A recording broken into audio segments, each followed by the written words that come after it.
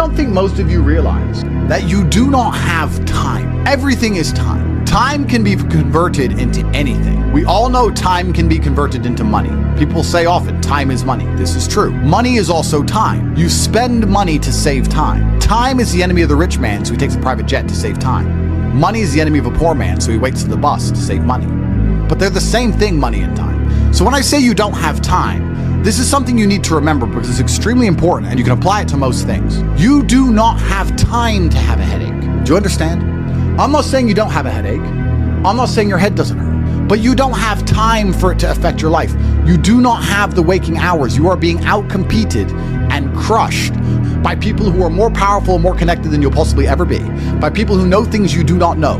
You do not have time to have a headache. It's simply not acceptable. How do you perform when you have headaches is a stupid question. The fact you've even framed it in that way shows that you don't understand the world. I'll give you another example. You don't have time to argue with your woman. Your woman started an argument today or yesterday, whatever, and you've been texting back and forth. You don't have time. You have things to do. There's unlimited work in the universe. You don't have time to have a headache or message girls or scroll Instagram. You don't have time for any of these things. Time is your lifeblood. It's all you've got. You can turn time into reputation. You could turn time into global fame. You could turn time into respect. You could turn time into a fantastic body. You could do anything with your time. You could choose a random embassy. You could choose a random country that you have beef with. Chile. And you could go stand outside the Chilean embassy with a sign saying, "Down with Chile," for no reason. But if you stood there every single day, after about 2 years, people would be like, who is this guy and why does he hate Chile so much? You can turn your time into anything you want. So how are you going to waste it sitting around saying, I have a headache? Boo boo, I have a headache. But the question is framed incorrectly. If I have a headache, I don't care. And one of the main reasons I don't care is because my enemy doesn't care. You know, when I got injured when I was training for fights, my coach would often say to me, is your enemy going to hit you less or show you mercy because of this injury? If you say, okay, we're about to fight, but halfway through the training camp, I hurt my foot, so, take it easy. No, he's going to try and destroy me anyway. So if he doesn't care, why do I care? And why does my coach care? Nobody cares. The people who are trying to steal your woman, and trust me, everyone is. The people who are trying to take the money that you want to earn and put it in their pocket before you can. The people who want to have large and gorgeous feathers on their peacock to show the world all the amazing things they've done. They don't care that you have a headache. So why do you care? You need to reprogram your mind. You don't have time to have a headache. You don't have time to be doing the majority of things you do. And there's always been and always will be, and we could talk about that again. We were talking earlier about competence, right? Do you think a woman sees you as competent if you complain about having a headache? Let's say you have a headache. It's fine. You have a headache. I'm not disputing that. Maybe it really hurts. That's terrible. If you go, oh, I've got such a bad headache, do you think a woman looks at you and goes, yes, oh, I found the guy for me? She may not say anything. She may say, oh, do you want a pill? But really, deep down, this guy's a dickhead. I mean, if you got hit in the head with a hammer or shot in the face, fine. But why do you have a headache? From what? Scrolling TikTok. A lot of you deserve the failure you endure. The universe is very giving. I often believe, people say the world's not fair. I'd argue that karmic retributions, and in the long run, all in all, is pretty fair. Karmic retributions are real. In the end, God gives you exactly what you deserve. So if you're not happy with your life, you have to ask yourself, do you really deserve more? Have you really tried 100% of the time? Did you ignore that headache? Are you as competent as you could possibly be? Have you given 100% every time you've done anything? No. You deserve what you have. You deserve your mediocrity because you're an average person. You want a Lambo and these women and a boat and whatever else you want because you see it on Instagram, but wanting something and deserving something are very different things. If you truly deserved it, you'd be working for it in a way that ensures it would be given to you by the universe. Every single thing I've ever wanted, I have got. Maybe not instantly, maybe not easily, in fact, certainly not both. It was always difficult and it always took time, but I really wanted them, so I always got them. And I put in enough work to show God and show the universe I deserved them, so he gave them to me. I cannot remember a single time, and I state this as a matter of fact, this is not hyperbole, I cannot remember a single time I have ever decided not to do something that must be done because I had a headache, ever. It is easier if you enjoy it, because you do not struggle with lack of motivation or lack of interest. For me to say you could honestly be world champion at something you hate is a lie. You can, however, be competent at things you don't like. You can be very good at something you don't like doing. To be the best in the world, you probably have to fall in love with it. But the way you do anything is the way you do everything. And you can fall in love with the idea of being good in general. So anything I do, I don't want to be bad at. I either don't do it or I try my very best all the time to become extremely good at it. I don't see the point in doing anything and being mediocre or being bad at it. What's the point? If I'm going to speak on podcasts, I want to be good at it. Anything I'm going to do, I want to be good at. Now, you should have enough respect for yourself that you're prepared to always put in the effort to give your best 100% because it is a habit. You should always give your best at anything you do. When you pick up a video game, you should give your best. When you drive a car, you should attempt to drive as efficiently as possible, using the brake as little as possible to not waste fuel, to make sure there's no close calls, no sudden braking. Most of you are just getting in your car and driving like a jackass from point A to point B, not trying to actually go, you know what, let me drive and pretend I have the queen in the back seat and I can't even brake suddenly. And I only have a fraction of fuel. How far can I go if I very smoothly, very calmly anticipate the traffic in advance, move my car in and out of the car so I barely have to brake, keep moving slowly and smoothly? Let me try and get good at this. The way you do anything is the way you do everything. And it is a habit to be good at things. There's nothing wrong with just being good at things. To be the best in the world, you have to love it. That's true. But you're not going to love the majority of things you do. That's not realistic. The world's not going to afford you a life where everything you do you're in love with. In fact, you're going to end up doing a whole bunch of things you don't want to do. And the life hack is, if you enjoy getting better at things, then you can be doing something you don't want to do better than you previously done it, and now you enjoy doing it because you were more competent and more capable at said task. You are now better at said task. Every single thing I approach with vigor because I like being good at things. And that's not because I'm arrogant. That's because I have enough respect for myself, and more importantly, I have enough respect for the people I love to know that I need to be good at things.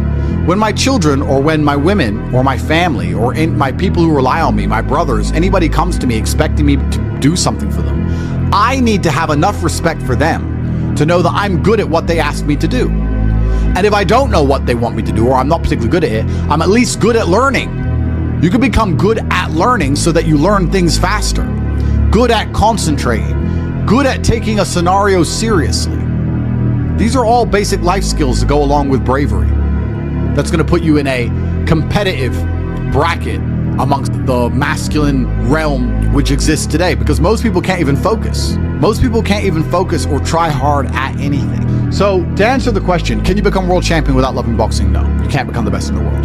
However, you can become very good at it because you can have enough discipline to ensure that you go to training, and you can make sure that you're the kind of person who, if you're going to go to training, you're going to try your best. Guys, you're going to go to training for an hour. Whether you try hard or don't try hard, you're going to spend an hour in the boxing gym. There is no reason to not try. That is a learned habit. And what you often find with people who need to be motivated into things, because they're not disciplined enough to do things and not disciplined enough to do things properly, they'll go and say, I went to boxing training, as if that's all that it's about. It's not about going to the training. It's about trying hard in the training. It's about giving it your all. It's about dedicating yourself. You're going to give an hour up anyway. There's no reason to not try. Most people go through their entire adult life without trying 100% hardly ever. Think about it. Even when you go to the gym, you don't try 100%. You try 60%, 70%. You don't try 100% at home. What do you try 100% with? Do you really try 100% with work? Are you really moving that mouse as quickly as you possibly can? No, you're not trying. So you have people who have gone through life and are going through life without even giving 100% of what they've got ever. And it's interesting because we're entering the most competitive period of human history. So you need to get very good at everything you do, all of the time. You'll learn a lot of lessons about psychology in the boxing room. Now, they're not related, technically. One's exercise, one's the psychology of people. But you'll learn in the fight ring, you'll learn that you're not tired when you're winning. You're tired when you're losing. That once you start to win, you get to find unlimited energy from the universe from somewhere, and you just continue to push forward, no matter how hard it is. Winning is easy. It's trying to turn it around when you're losing that is difficult. You take this lesson from boxing and you apply it to everything else in life. You apply it to money and say, once I start to make money, I know I will have endless motivation to keep making money. It's just hard to make money in the first place. It's hard to get over that hurdle, but once I get going, it's easy. It's a positive reinforcement loop. It's a spiral upwards into infinity. It's a tornado that takes you to the promised land. So to have that unique psychological conclusion, that unique psychological input, you had to become good at boxing. So it's very important that you're good at everything you do, all of the time. Don't do it if you're not going to try. But you don't want people to learn bad habits. But it's a bad habit to coast. It's a bad habit to spend time and waste it. It's a bad habit to go, I tried, I went, I didn't give it my all, but at least I went. You see this kind of cope online all the time. Yeah, at least I went. It's going that matters. That's not true. It's trying that matters. So you see this kind of cope. Yeah, well, I didn't feel like going to the gym, but I went and just had a light session. Why? You went anyway, so why did you have a light session? If you're gonna go, do it. If you're gonna do it right. There's no point in half doing anything. You may as well have not done it at all. So this idea you can coast through things, this idea you can lazily try or pretend to try or just showing up counts, I dispute all of that absolutely. You give 100% of your heart, soul, and vigor to anything you do, and it becomes a habit so that it's all you know how to do. Before you know it, you're driving a car trying to do it as well as possible. And you're having a conversation trying to be as clear and compendious and concise as possible. And you're trying to make money as much as possible, as efficiently as possible. And you're trying to educate your children as well as possible. You're trying to protect your family as much as possible. You're trying to get as strong as possible. Because all you know is maximum limits. That's all you've ever done. You've never done any of this, that garbage can go out the window. So you need to get good at getting good at things. And you need to get good at trying 100% at all things, whether you like them or not. And this will give you a base level of competency in all realms, even if you're not in love with said task. Success is like being pregnant.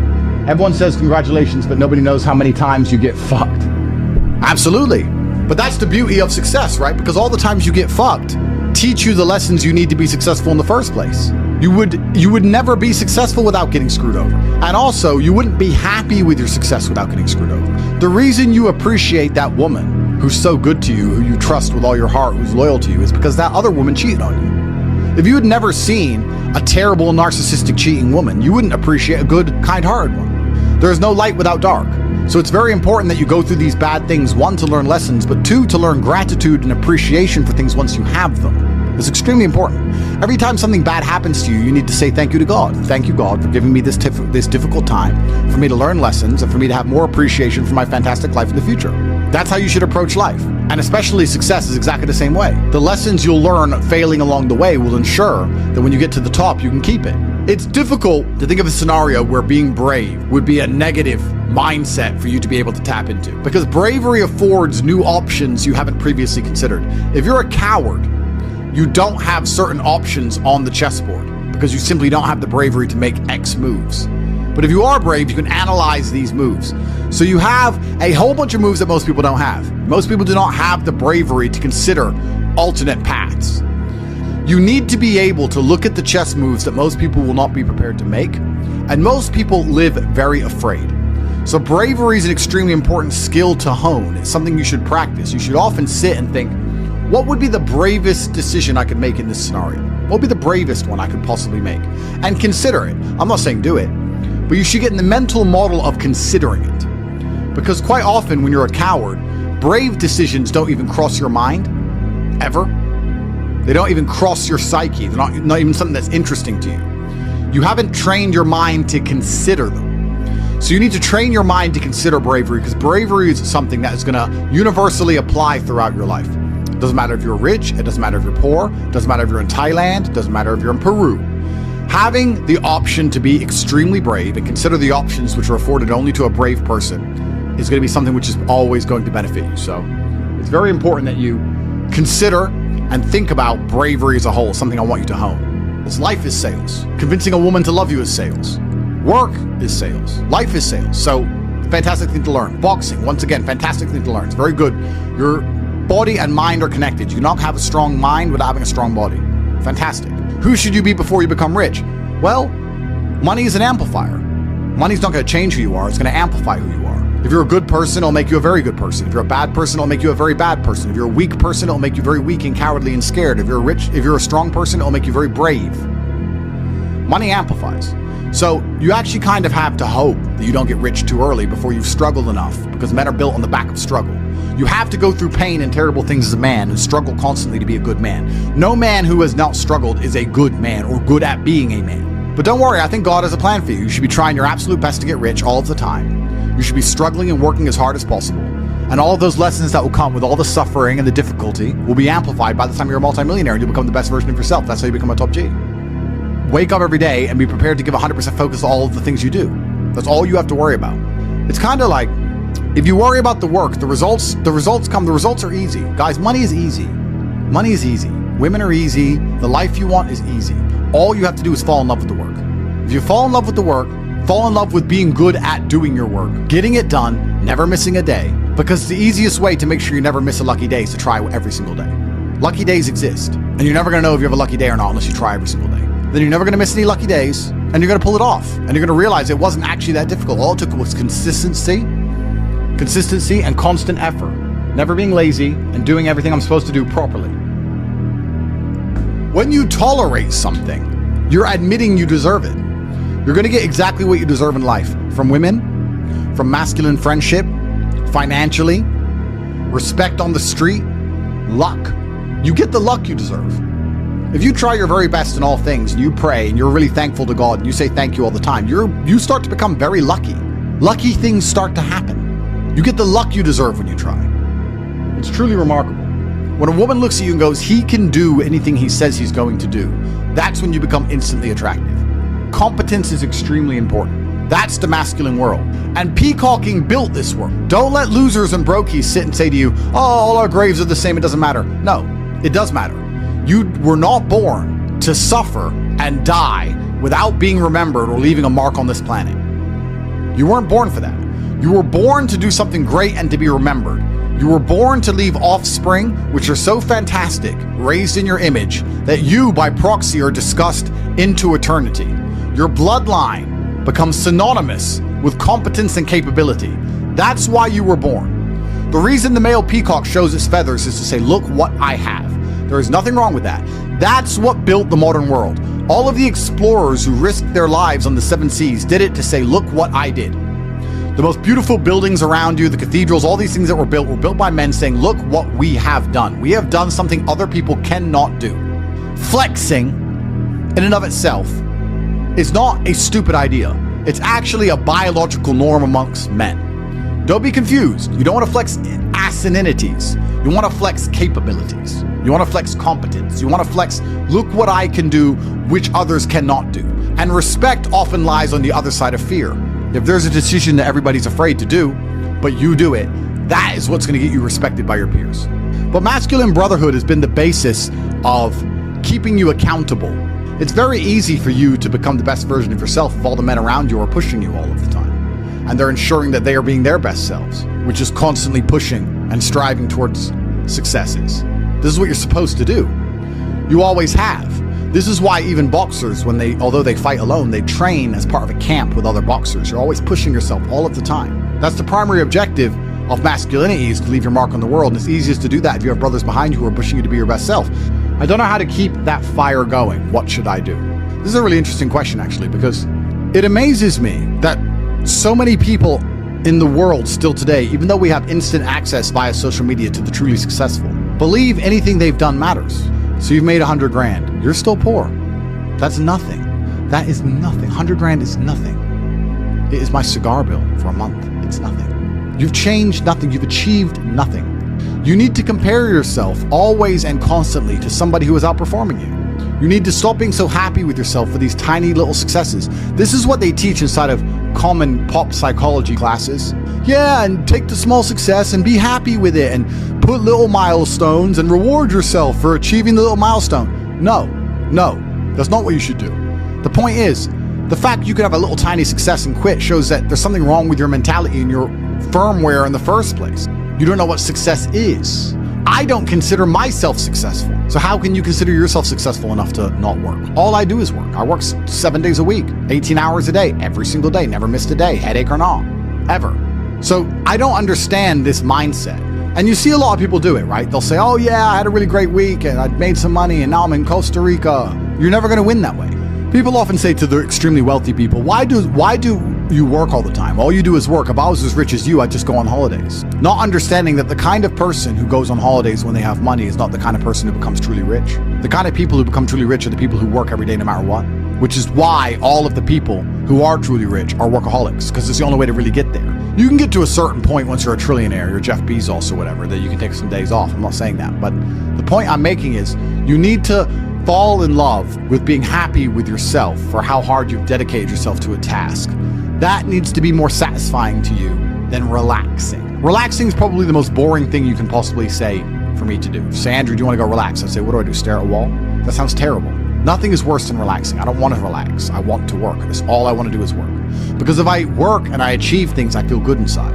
I got something done. I feel good. I feel happy. If I just relax, nothing's been achieved, so I don't see the point of it. It doesn't even relax me. In fact, it makes me very anxious. So then I feel more stressed than if I was just doing the work in the first place, which is why relaxing is impossible for me. And he said, well, it sounds like you have an anxiety disorder. If it's a disorder that allows me to constantly work all of the time and never be happy unless all of my work is complete, thank God I have it, because if I didn't have this disorder, I'd be a normal jackass like you. Guys, time is running out for a chance to win. It truly is. You guys are truly running out of time. It's very important that you get your act together quickly. So if you want to call it anxiety disorder, then get one. Don't be talking about headaches. Don't be talking about working. Don't be arguing with women. You have things to do, right? It doesn't matter if you have a headache or not. You must work. Anxiety sounds like free energy. Could give me more. Absolutely. Anxiety is exactly that. It's free energy. Nervousness is free energy. The inability to rest or relax or sleep is free energy. You just have to have the discipline to direct it in the correct directions. You need to sit at home and feel this fire inside of you because you do not have all of the money you want, all of the respect you want, and your name has not been echoed into eternity. You're not etched into the halls of history. You need to take all of that fire inside of you and all of that anger and direct it at one task. And you need to try your absolute best to ensure you succeed in that task. It's down to you. I can't drag you across the finish line. I can only show you where the race is and try and hype you up before you run. I can take you to the start line. I can tell you you can do it. I can tell you how fantastic it is when the race is over. I can tell you it is worth it, but you have to be the one to run the race. I can't carry you. If you're gonna ask me stupid questions about headaches, you're never gonna make it. There's gonna be a huge contingent of the populace that never make it. But when you do, it is worth it because you're remembered.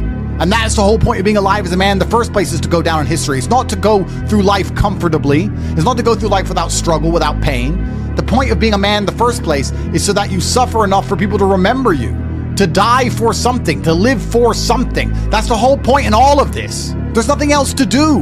And make your name synonymous with something fantastic which has affected humanity and culture. That's all it's about. And it's very difficult to do that if you're insignificant and broke and lazy and stupid with a fucking headache.